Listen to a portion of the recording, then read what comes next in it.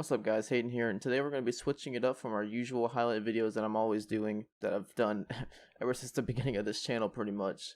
So yeah, we're going to be introducing a new series called Let's Talk today. Let's get into it. So to get started, let's talk about the basic concept of the new series, Let's Talk. It's going to be mainly a sports discussion type thing, because I was thinking to myself, I do Georgia highlights, like Atlanta highlights, Georgia football, and things like that. And I'm always in the comment section discussing things with you guys and talking about, Georgia sports. So I thought to myself, like, why not make videos about that and actually put those ideas into place and into words, and just talk about the week, like kind of like a weekly update kind of thing. Like maybe, for example, in this video, the main concept is, the Georgia-Florida game coming up in a couple weeks, the Atlanta United playoff victory, Atlanta Hawks starting their season, and the Falcons, playing like an absolute dumpster fire. It's always kind of, scary jumping into something like this because I've always done highlights. I've never done anything with discussion or anything on my voice on this channel. Even though I have recently started up my Twitch channel and I do a little bit of gaming content here and there. So yeah, I'm used to talking into a mic, but it's kind of different talking to this bigger audience, So pretty much this episode's going to be kind of like a pilot, and we're going to see how it goes, see how everyone reacts to it, and I guess we'll go from there. So definitely, if you guys do enjoy this first episode of Let's Talk, let me know by leaving a like and commenting down below so I can know, to continue to make more of these. So I'm not going to waste any more time. Let's hop right into the main topic of this video, which is, the upcoming Georgia-Florida game on November 2nd. So before we get into the actual anything about the game, I kind of want to put it out there about, some thoughts on the Kentucky game. I'm not putting too much into that game, because of the weather conditions, but I will say that our defense was top notch. They were a force to be reckoned with, of course, holding Kentucky to no points, and they still haven't allowed a rushing touchdown this season yet, which is outstanding.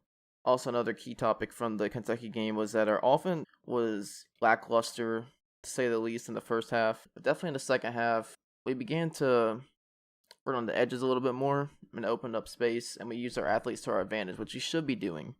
We've been doing too much of pounding right up the middle. I know that's our classic Georgia run game style, but we got to get to the edges, and it showed that works in the second half against Kentucky. Alright, so something I'm going to be doing in this series is I'm going to be introducing you guys and kind of shouting you guys out in a sense. So if there's ever a comment down in the comment section below that, intrigues me and thinks that it's a perfect thing to put into the video that, is about a topic at hand, I'm going to put into the video and we're going to talk about it a little bit. So here we have Savage Dogs Highlights, a longtime fan on my channel. And he said, fans can be upset, but I'm not. It was Kentucky. No Georgia fan went in thinking we could lose. No need to risk anything. Just outmuscle them, and they did. Awful conditions, protect the ball, and force your will. Walk away with the W. And he says he loves it. And I said, yeah, it's hard to do much of anything in those conditions. And, he agreed with me. But yeah, that's what I was saying about not putting too much into that game. It's just so hard to do. Even though we did come off of that South Carolina loss, and in the first half it looked mediocre, like a mediocre offense, not moving the ball much, scoring 0 points in the first half. But still, the weather conditions, we were limited on the pass game. We had to do everything out of the shotgun. And so yeah, like I said, we were limited. Alright, so let's get into the Florida game. This is a huge rivalry game, one of the biggest rivalries in Georgia history. Georgia-Florida, just a classic matchup always. So we're going to be heading to Jacksonville, Georgia number 10, Florida number 7, pretty much almost identical to last year's game where Florida was number 9, we were number 7. This game is huge for the Dogs. There's so much on the line, especially with that South Carolina loss. We don't have much margin for error. Neither does Florida at this point, as they have a loss as well. But their loss is much different from ours. It's against a top-notch, top 5 LSU team. But either way, whoever walks out of this game is definitely going to be crowned the SEC East champions, most likely. There's playoff implications, SEC championship implications, and just pride. I mean, whoever wins, always has the bragging rights for that year. There's no need to go into numbers or anything because we all know how big this game is as a Georgia fan. So yeah, it's definitely a must-win for the Dogs. So yeah, both teams have top-notch defenses. Florida does, Georgia does as well. On the screen right now is the top 5 points leaders in the SEC. Georgia ranks number 1, and Florida's right behind them at number 2 with 15.8. But Georgia is leading the SEC in points allowed by almost 6 points a game. And if you go and look at yards allowed, Georgia's number 1 as well in that, and Florida sits right there at number 5, so they're not far behind either. One thing to look at here when it comes to Florida's defense is their numbers they're putting up. Is they have 29 sacks, which leads the SEC, and 12 interceptions, which also leads the SEC.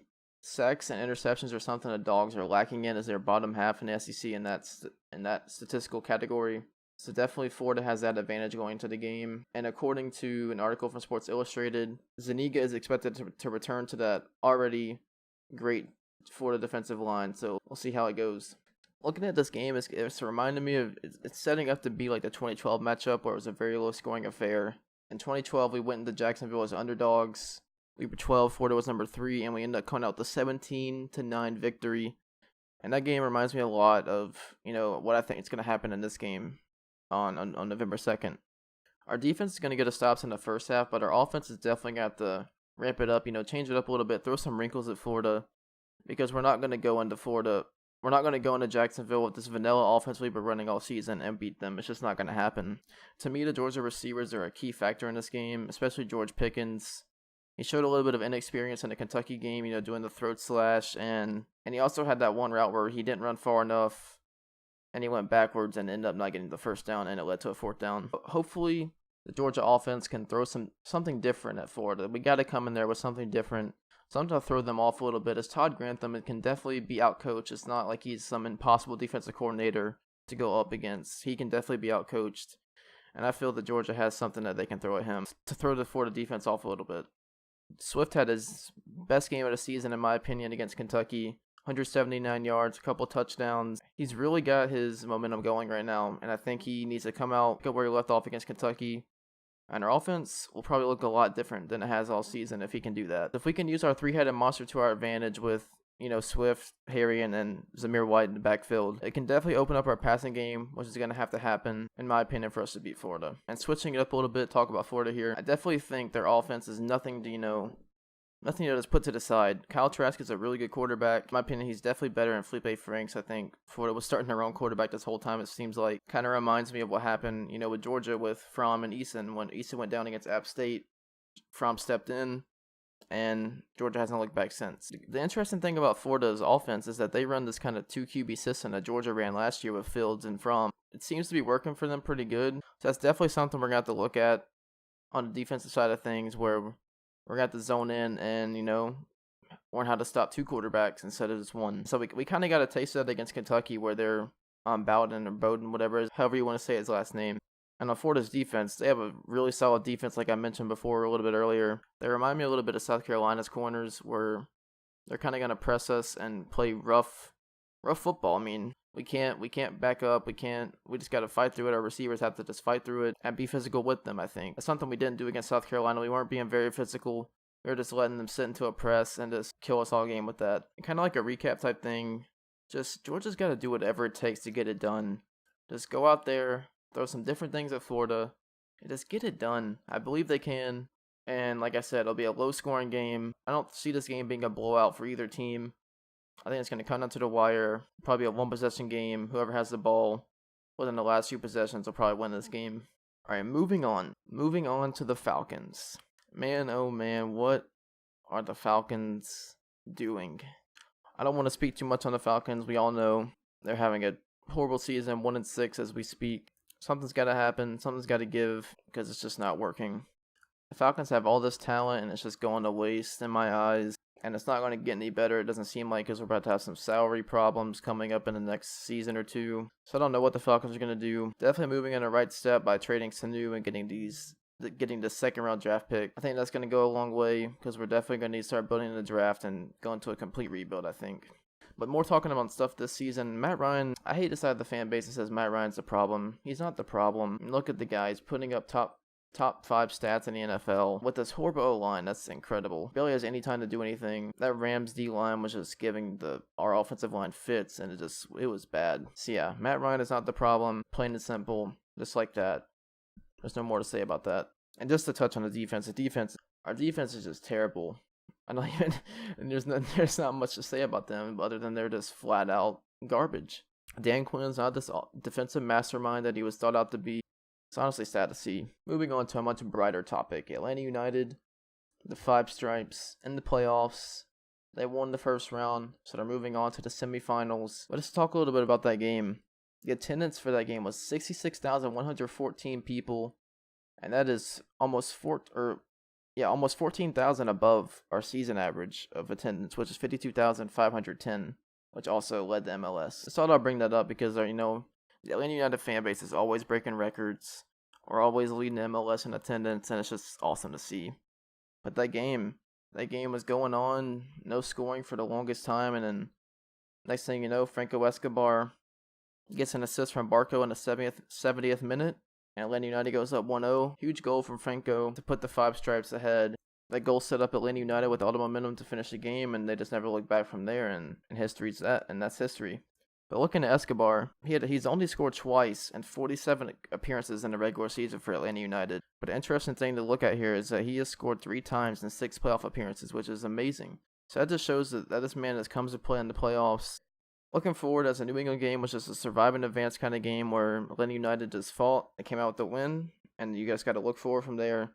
Can't really put too much into that game. Just got to move forward and be happy that you got out alive.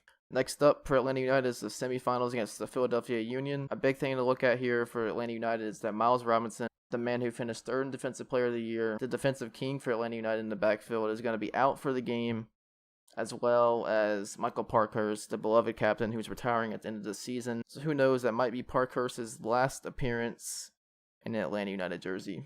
Atlanta United's depth will definitely be tested with these two people being out. But the one positive to look at here is that the Philadelphia Union are coming off a long 120-minute game, and they have injury problems on their side as well. Last but not least, the Atlanta Hawks. They open up their season as we speak on the day I'm recording this, and the day I'm probably going to be uploading this video, which is Thursday, the same day as the Atlanta United playoff game. This is definitely one of the more hyped up seasons in recent history, as the Hawks have been rebuilding and tanking, whatever you want to call it, for the past few seasons now. Ever since they disbanded the main core of like Paul Millsap, T. Horford, and players like that. The Hawks definitely, with this young core they built with some veterans built around them, they definitely have a decent chance of sliding into the 8th seed this season. Like I said, with a nice young core, Trae Young, John Collins, Kevin Huerter, Cam Reddish, and DeAndre Hunter. This core has a bright future, and I believe this season is just the beginning. Just a little bit of an update for the Hawks here is that Kevin Huerter will be on a minutes restriction, so he'll be starting the game on the bench, as Cam Reddish will be stepping up in his spot in the starting lineup. So Cam, in his first NBA regular season action, will be in the starting lineup. So that's kind of an interesting thing to look at. See how he plays, see how he comes out. Also on that same note, DeAndre Hunter will be getting his NBA debut as well. That'll also be something to look at. And then who wouldn't want to see the Trae Young, John Collins duo? So much fun to watch. Can't wait to see it happen. Can't wait to get the season started and see how they do. Alright, well, that's all the topics we have to talk about today. We talked about the Georgia-Florida matchup coming up November 2nd. The poor Atlanta Falcons showing this season they sit 1-6. Atlanta United moving on to the Eastern Conference semifinals.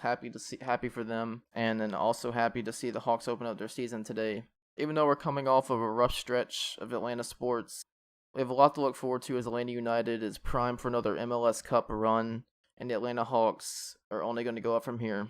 Yeah, I want to thank you guys for watching, tuning in to the Let's Talk episode number 1. It's definitely been a while since I've done a commentary style video at all, like in a long time. So it's definitely something I'm going to get back used to doing. Yeah, like I said, if you guys did enjoy, please leave a like and comment, subscribe and share, and let me know. Let me know if you enjoyed this. Let me know what I can work on. Give me some suggestions. Give me some feedback in the comments. I'm open for criticism, as it can only help me get better with commentary. So yeah, just let me know what you guys think. Leave it in the comments below. Don't forget to follow me on Twitter. You can also go and follow me over on Twitch. I do live stream every other day or so. I've been doing the Georgia Dynasty, Kansas rebuild if you guys are interested in things like that. Call of Duty's coming up here very soon. I'll be streaming a lot of Call of Duty, so if you're interested in that, definitely go drop a follow over there. And if you want to go an extra step and support the channel, you can also hit the Patreon link down below, or the PayPal link down below. And any kind of donation or any kind of subscription to Patreon goes a long way in helping the channel. So yeah, if you're definitely interested in taking that extra step, it's greatly appreciated, and yeah, it goes a long way. Also, comment down below. Let's have a discussion about some of these topics. Interested to see what you guys think about these topics I brought up today. So yeah, don't forget to start up some comments down below. So yeah, that's it for episode number 1. I hope you guys did enjoy. It's been Hayden. I'll catch you guys next time. Peace out, everybody.